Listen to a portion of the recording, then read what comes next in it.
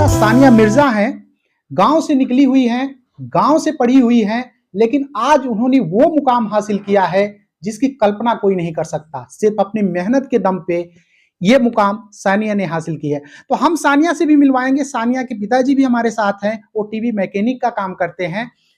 उन्होंने भी संघर्ष किया अपनी बेटी को इस मुकाम तक पहुंचाने के लिए। तो आइए पहले मिलवाते हैं सानिया से। सानिया, कैसा लग रहा है? आप अचीव क्या किया है आपने? अचीव हम नहीं बताएंगे, आप बताइए। जी सर। सर मैंने एनडीए 149 कोर्स में एयरफोर्स में एज अ फ्लाइंग मैं सेलेक्टेड की गई हूँ, जिसकी ट्रेनिंग के लिए मैं 27 ऑफ दिसंबर को मैं पुणे जा रही हूँ। तो सर मुझे बहुत अच्छा लग रहा है, क्योंकि मैं हमेशा से करना चाहती थी। मेरा एक सपना था, कह सकते हैं कि मुझे एज अ फ्लाइंग में अपने आप को सर्व करना है कंट्री के लिए, being a female, being a girl, ये मेरा पूरा सपना था और आज मैं उसे अचीव करते हुए खुद को देख रही हूँ। तो मुझे सर बहुत खुशी है। तो ये बताइए कि स्कूल के सफर के बारे में बताइए। आप गांव से बिलोंग करती हैं, कैसे आपने शुरुआत करी अपनी एजुकेशन की? सर मैं गाँव से बिलॉन्ग करती हूँ, तो गाँव से सिटी का हमारा जो डिस्टेंस है काफ़ी ज़्यादा है, तो उसी को देखते हुए मैंने अपनी स्कूलिंग जो है वो गाँव में की है। स्टार्टिंग में फाइनेंशियल स्टेटस अच्छी नहीं थी, जिसकी वजह से मैंने यूपी बोर्ड से पढ़ाई की है और यूपी बोर्ड में मैंने 10th तक वहीं से पढ़ाई की थी। उसके बाद मैं सिटी में, क्योंकि साइंस स्ट्रीम से पढ़ना चाहती थी, मैथमेटिक्स के प्रति रुझान था, मेरा इंटरेस्ट था। तो उसके बाद मैं Guru Nanak girls inter college Ratanganj Mirzapur में मैंने एडमिशन लिया है। तो जी। टॉप टॉप भी आपने किया था ना? जी सर। स्कूल टॉप किया था मैंने और अपना डिस्ट्रिक्ट अपनी बोर्ड से, यूपी बोर्ड से मैंने टॉप किया था। जी सर। तो जब आपने टॉप किया तब आपको लगा कि मुझे एनडीए में जाना चाहिए, फोर्स में जाना चाहिए, देश की सेवा में जाना चाहिए? मतलब डिसाइड आपने कब किया? सर जब हम 11th-12th में होते हैं तो बड़ा ज़्यादा फ़ोकस रहता है बोर्ड्स की तरफ, कि बोर्ड्स आ रहे हैं, अभी बाकी कॉम्पिटिटिव एग्ज़ाम को साइड में रख के बोर्ड्स दे लेते हैं। सर मेरे साथ एक बहुत इंटरेस्टिंग सी स्टोरी है। मैं 2021 से बिलॉन्ग करती हूँ, जिसको लोग बोलते हैं प्रमोटेड बैच। हमारा बो बैच जो था वो कोरोना की वज़ह से प्रमोट कर दिया गया था और उसमें मुझे बहुत ही बेकार मार्क्स मिले थे, मतलब इतने ज़्यादा कि मैं टॉप 10 में भी नहीं थी। तो मैंने सर इम्प्रूवमेंट डाला था और मैंने दोबारा से सारे एग्ज़ाम में, अकेली लड़की थी अपने स्कूल से जिन्होंने अपना पूरा एग्ज़ाम वापस से दिया था। तो मैंने सारे एग्ज़ाम दिए, तो फिर उसके बाद मेरा जो रैंक था वो डिस्ट्रिक्ट पे अव्वल आ गया। अच्छा, कब आपको पता चला लगा कि हमें उड़ाना भी चाहिए, लड़ाकू विमान उड़ाना चाहिए? लड़कियां तो सपना नहीं देखती, लड़कियां तो मॉडलिंग हीरोइन का ही सपना देखती हैं अधिकतर, या फिर और भी फील्ड होते हैं जिसमें वो लड़कियां कोशिश करती हैं कि वो जाएं। लेकिन आपने एक डिफरेंट फील्ड चुना कि आपको नहीं, आपको फाइटर प्लेन ही उड़ाना है। कब आपने तय किया? सर बस इसी सोच को बदलने के लिए जो थिंकिंग है कि लड़कियाँ तो हीरोइन बनेंगी, मॉडल बनेंगी, इंजीनियर बनेंगी, टीचर बनेंगी। लोग ये नहीं सोचते कि लड़कियाँ फाइटर एयरक्राफ्ट भी उड़ा सकती हैं, कर सकती हैं, क्योंकि किया नहीं है तो कोई मानता नहीं है। तो करके दिखाएँगे तो लोग मानना स्टार्ट करेंगे कि लड़कियाँ फाइटर स्ट्रीम में भी जा सकती हैं, फाइटर पायलट भी उड़ा सकती हैं। तो सानिया, आपने किससे आपने प्रेरणा ली कि हाँ, आपको इस पे भी जाना चाहिए, आपको फाइटर प्लेन उड़ाना चाहिए? ये थोड़ा-सा टिपिकल है, लेकिन आपने चैलेंज बड़ा लिया था। जी सर। सर मैं जब थी मैंने जब उनको देखा था फ्लाइट लेफ्टिनेंट अवनी चतुर्वेदी को, जो कि हमारे देश की पहली फाइटर पायलट हैं अलोंग विद हर 2 मेट्स भावना कंठ एंड मोहना सिंह। तो वो इस समय मिग 21 की पायलट हैं। तो मुझे उनसे बहुत ज़्यादा मोटिवेशन मिला जब मुझे ये पता चला कि ये हमारे देश की पहली फाइटर पायलट है, तो मैंने सोचना स्टार्ट किया, तो मतलब ये अभी 2015 में बनी, इससे पहले क्या लड़कियाँ फाइटर स्ट्रीम में नहीं थी? तो मुझे जान के बहुत ही दुःख हुआ कि उससे पहले लड़कियाँ फाइटर स्ट्रीम में नहीं हुआ करती थी, फाइटर पायलट नहीं हुआ करती थी। तो मुझे बहुत बुरा लगा कि हम आज भी बात करते हैं article 15 constitution, no discrimination, no gender discrimination, कोई भेदभाव नहीं होना चाहिए। लेकिन मुझे बड़ा अजीब लगा कि हाँ, कैपेबिलिटी वाइज़ हम डिस्क्रिमिनेशन कर रहे हैं। तो मुझे बहुत बुरा लगा कि लड़कियाँ अपनी कैपेबिलिटी को प्रूव कर सकती हैं, अगर एक सही अपॉर्च्युनिटी उन्हें दी जाए तो। तो उनसे इंस्पायर हुई मैं, तो मैंने सोचा क्यों ना मैं लोगों का इंस्पिरेशन बनूँ। जी। तो अब चूँकि देखा जाए ना कि गाँव की पृष्ठभूमि से एक लड़की इस मुकाम पे हासिल की है, वो भी ऑल ऑल ओवर इंडिया। कौन-सा रैंक बताया आपने? Sir all over India girls में मेरा 10th रैंक है और ऐसे बॉयज़ गर्ल्स मिला के ऑल इंडिया में मेरा 63 रैंक है। 63। तो अब आपका ख्वाब पूरा होने जा रहा है। मिर्ज़ापुर की लड़कियों के लिए भी प्रेरणा हो गई हैं, आप देश की लड़कियों के लिए प्रेरणा हो गई। क्या कहेंगी? अगर जो ये कल्पना करते हैं, जो इन्होंने ख्वाब पाला हो, जो लड़कियाँ ख्वाब पाली हों कि नहीं हमको भी इस तरीके से करना चाहिए, वो क्या कहेंगी? सर मैं एक चीज़ कहना चाहूँगी, आज मुझे बहुत अच्छा प्लेटफ़ॉर्म मिल रहा है, तो मैं इस चीज़ को एक्नॉलेज करना चाहूँगी। मैं जिस सोसाइटी से बिलॉन्ग करती हूँ, वो सोसाइटी बड़ी कंज़र्वेटिव है। मतलब अगर हम गर्ल्स के एजुकेशन की बात करें, तो मैं काफ़ी कम लड़कियों को देखती हूँ जो बीएससी करती हैं, जो बीटेक करती हैं। हम अक्सर देखते हैं लड़कियाँ बीए करती हैं, वो भी नहीं करती। वो 12th तक अपनी एजुकेशन किसी तरह कंप्लीट कर लेती हैं, उसके बाद अब 2, 4, 5, 6 साल में जब उनके पेरेंट्स क्या करते हैं, कोई बहुत ही अच्छा-सा लड़का ढूँढ के उनकी शादी कर देते हैं। बिल्कुल। सर ये एक समाज की बहुत ही कड़वी सच्चाई है, जिसे मैं एक्सेप्ट करना चाह रही हूँ। तो मैंने जब ये चीज़ देखी कि यार जो पैसे वो उनको उनको क्या करते हैं, बहुत सारा पैसा माँ-बाप अपनी बहुत मेहनत से उसको इकट्ठा करते हैं और वो सारा पैसा उनकी डाउरी में लगा के उनको शादी करके भेज देते हैं और एक बहुत अच्छा इंसान डाउरी के बल पे वो ढूँढ लेते हैं कि हाँ, जो मेरी बेटी को खुश रखेगा। तो ये चीज़ मुझे पसंद नहीं आई ज़रा भी कि अगर इतना सारा पैसा आप उसे पढ़ा के एमबीबीएस करा देते, बीटेक करा देते तो कुछ कर लेती। तो ये इतनी अच्छी सोच आई कहाँ से? इतनी कम उम्र में इतनी बड़ी-बड़ी बातें? सर देखिए जो जिसके साथ होता है वो अच्छे से समझ सकता है। सो दे आर माय मेट्स कह सकते हैं या मेरे नेबर्स कह सकते हैं। तो उन्हीं के साथ देखा जब तो मुझे काफ़ी अजीब लगा कि मैं भी एक लड़की हूँ और मैं यहाँ क्या बीटेक करने की बात कर रही हूँ और ये भी एक लड़की है, इसकी तो शादी हो रही है। तो होना तो नहीं चाहिए भाई, कैपेबिलिटी तो उसमें भी बराबरी की है।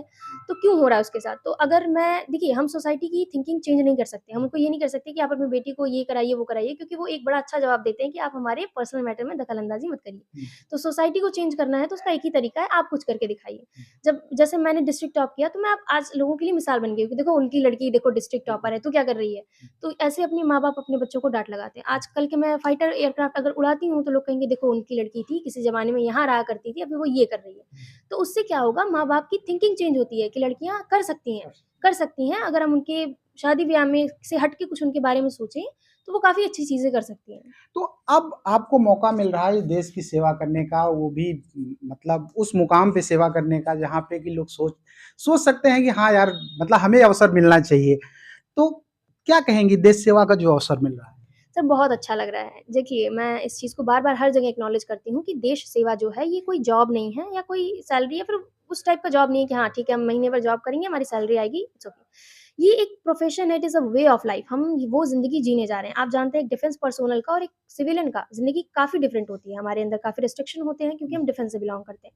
और ये एक बहुत प्राउड मोमेंट होता है कि कंट्री हम जैसे लोगों जो हम डिफेंस में जो डिफेंस पर्सोनल हैं, चाहे छोटी रैंक हो, बड़ी रैंक हो, उन्हीं के ज़रिए जो है हमारा देश इतना सेफ एंड सिक्योर है। आज आप हमारे साथ रिकॉर्डिंग कर रहे हैं, आपको डर लग रहा है कि पाकिस्तान का एक बम आके यहाँ गिर जाएगा? नहीं लगेगा ना, क्यों लगेगा? क्योंकि डिफेंस हमारी इतनी स्ट्रॉन्ग है, ऐसा कुछ नहीं हो सकता। तो उसी डिफेंस को स्ट्रॉन्ग करने के लिए हम जैसे लोगों को ही आगे आना पड़ेगा। अच्छा ये और है कि जो चूँकि परिवार आपका सर्वाइव नहीं कर सकता था, ये तो आपने फिर स्ट्रगल कैसे शुरुआत करी? कैसे आपने किया? सर, सबसे बड़ी चीज़ मेरे पापा एक कहते हैं जो मुझे हमेशा याद रहती है कि बेटा जेब से गरीब होना बुरी बात नहीं है, पर दिमाग से गरीब होना बहुत बुरी बात है। क्या बात है! सही सर है। बहुत मेरे पापा ये चीज़ हमेशा से कहते हैं, बेटा जेब से गरीब होना बिल्कुल बुरी बात नहीं है, बट अगर तुम सोच से गरीब हो तो तुम दुनिया में तुम सबसे बेकार इंसान हो। तो जेब से गरीब थे, आज नहीं है, आप देख सकते हो। तो लेकिन सोच से गरीब होते तो वैसे ही रह जाते। यही रह जाते हैं। जी सर, तो सोच से कभी गरीब नहीं हुए, पापा की बात मैंने हमेशा याद रखी, सोच हमेशा इंसान को अच्छी रखनी चाहिए। तो पिताजी भी हैं सानिया के, और एक पिता के लिए शायद इससे बड़ी उपलब्धि नहीं हो सकती कि आज उनका बेटा उनका नाम रोशन कर रहा है, इस देश का नाम रोशन कर रहा है, साथ ही मिर्ज़ापुर का नाम रोशन कर रहा है। क्या नाम है आपका और क्या करते हैं? पहले ये अपना परिचय दीजिए। मेरा नाम शाहिद अली है और मैं एक एलसीडी टीवी मैकेनिक हूँ, और जो कि मैं भी गांव से बिलोंग करता हूँ, लेकिन टेक्निकल मामले में थोड़ा-सा मैं इस क्षेत्र में आ गया। तो आपको कभी लगा कि ये मतलब इस बेटी के अंदर इतनी प्रतिभा है कि ये इतनी ऊँचाई तक जा सकती है? नहीं, शुरू में तो नहीं लगा, नॉर्मल बच्चे जैसे सभी होते हैं वैसे हम भी थे। बच्ची भी थी हमारी, मगर जैसे-जैसे ये इम्प्रूवमेंट करती गई, 8 में इसका मार्क्स अच्छे होते गए, हाई स्कूल में इसने स्कूल टॉप किया। फिर इंटर कॉलेज में जो शहर में है गुरु नानक गर्ल्स कॉलेज रतनगंज, वहाँ से इसने डिस्ट्रिक्ट टॉप किया। तो मुझे यकीन होने लगा कि इसके अंदर कुछ है और इसकी प्रतिभा को अब निखारने का समय आ गया है। तब मैं इसके साथ पूरे 100% परफॉर्मेंस के साथ अपनी बच्ची के साथ लगा।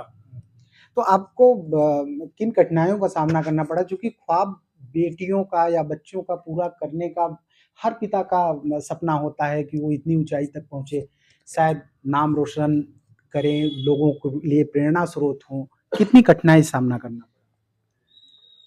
हाँ, जिस समाज से हम लोग आते हैं उसमें ज़्यादातर लोग बहुत कम पढ़ाते हैं बच्चियों को, क्योंकि शादी के बारे में ज़्यादा लोग सोचते हैं। लेकिन हमने ऐसा नहीं सोचा, हमने कहा नहीं। और हमारी शुरू से बच्चों के लिए ये रही है कि इंसान पैसे से, बिल्डिंग से, बैंक बैलेंस से गरीब हो, बात समझ में आती है। लेकिन दिल दिमाग से कोई गरीब रहे, ये हमें समझ में नहीं आती। बिल्कुल, वो बात सही है। तो ये हमेशा हम मोटिवेट करते रहे बच्चों को, और बच्चे भी हमारी मेहनत को, हम कोई ऐसे कारीगर नहीं थे कि 4 घंटा 8 घंटा काम कर लिए हो गया। अगर बच्चे अच्छा करते हैं तो मुझे जहाँ तक जाना पड़ेगा, चाहे 16 घंटा काम करना पड़े, मैं काम करके वहाँ तक बच्चों को पहुँचाने की पूरी कोशिश करता हूँ। तो आज जब पता चला कि सिलेक्शन हो गया है, कैसा महसूस हो रहा है? हाँ, मुझे बहुत प्राउड है, मैं बहुत खुश हूँ कि हमारी बेटी ने अपने गाँव का, ज़िले का, यूपी का नाम रोशन किया, भारत का नाम रोशन किया। और शुरू में लगा कि डिफेंस में ही जाएगी, ये चर्चा आपसे कभी किया था इन्होंने? नहीं, इन्होंने काफ़ी साल पहले इन्होंने कहा कि मैं इसमें डिफेंस में जाऊँगी, तो मैंने पूछा कि इसमें ऐसा क्या है बेटा कि इसमें क्यों जाना चाहती हो? क्या ये हम नहीं जानते, हम ये जानते हैं कि अवनी चतुर्वेदी और भी जो फाइटर पायलट अवनी चतुर्वेदी जो भारत की पहली फाइटर पायलट थी, और भी लोग रही हैं, अगर वो कर सकती है तो मैं क्यों नहीं कर सकती? तो हमने कहा ये तुम्हारा अटल विश्वास है कि हाँ, मैं ये कर सकती हूँ, मैं कोशिश पूरी करूँगी और मैं इसमें जाना चाहती हूँ। तो मैंने कहा ठीक है, अगर तुम जाना चाहती हो तो हम भी तुम्हारे साथ लगे हैं। मतलब पूरा परिवार आप लगे थे, पूरा परिवार लगा था? हाँ, मेरा परिवार लगा था, फिर आगे चल के हमारे बेटों ने भी फाइनेंशियल जो भी ज़रूरत पड़ी है सपोर्ट किया। सारे लोगों ने सारे लोगों ने किया। सपोर्ट किया। मतलब एक बच्चे का ख्वाब बच्चा ही नहीं जीता, शायद उसका पूरा परिवार जीता है। और family as a team work. बिल्कुल। अकेला चला था जानवे मंजिल, मगर लोग आते गए, कारवां बनता गया। तो परिवार का भी ऐसा ही है कि कभी 2 थे, फिर 3 हुए, फिर धीरे-धीरे परिवार एक टीम वर्क होता है। आगे चल के फिर वो एक टीम की तरह काम करती है और करना भी चाहिए। तो ये सोच आपके पिता की बड़ी अच्छी है, वाक़ई मतलब मेरे ख़्याल से डिफरेंट एक सोच है, शायद वो भी आपके अंदर तो आपको लग रहा है कि आपने तो मुकाम जो हासिल किया, आप अपने बारे में बताइए, मतलब बेसिकली किसमें रुचि है ज़्यादा? अब तो शिक्षा में तो रुचि है, आपने साबित कर दिया। किसमें रुचि है, म्यूज़िक वगैरह या किसी में? सर मेरी हॉबीज़ और को-करिकुलर एक्टिविटीज़ हैं। मुझे कुकिंग का काफ़ी शौक है और इंडियन के अलावा भी मैं अलग-अलग कल्चर ट्राई करती रहती हूँ। कौन से? सर जैसे कुछ चाइनीज़ है, ठीक है, कुछ इटालियन है, कुछ नई-नई चीज़ें हैं। मम्मी को बनाती हूँ, कहती मम्मी थोड़ा अजीब लगता है, अरे ये क्या है? मैंने कहा मम्मी ट्राई तो करो, बहुत अच्छा है। तो कुकिंग का मुझे काफ़ी शौक है, मुझे सिंगिंग का काफ़ी शौक है और सिंगिंग में इन द सेंस कि मैं गाना वगैरह गाती हूँ और मुझे इंस्ट्रूमेंट्स का भी काफ़ी शौक है, जैसे पियानो हो गया, गिटार हो गया और गिटार वगैरह मैं काफ़ी सीख भी रही थी बट किसी रीज़न से मैं कंप्लीट नहीं कर पाई उसको। पढ़ाई की वजह से। जी, कह सकते हैं। तो ये थी सानिया और उनके पिता। फिलहाल एक बड़ी उपलब्धि है, अगर देखा जाए तो जिस समाज से आते हैं शायद उस समाज के लिए एक प्रेरणा स्रोत है कि लड़कियां भी कुछ कर सकती हैं, बस उन पे भरोसा जताइए, उनको अवसर दीजिए, वो आपका नाम ज़रूर रोशन करेंगी, इस देश का नाम ज़रूर रोशन करेंगी।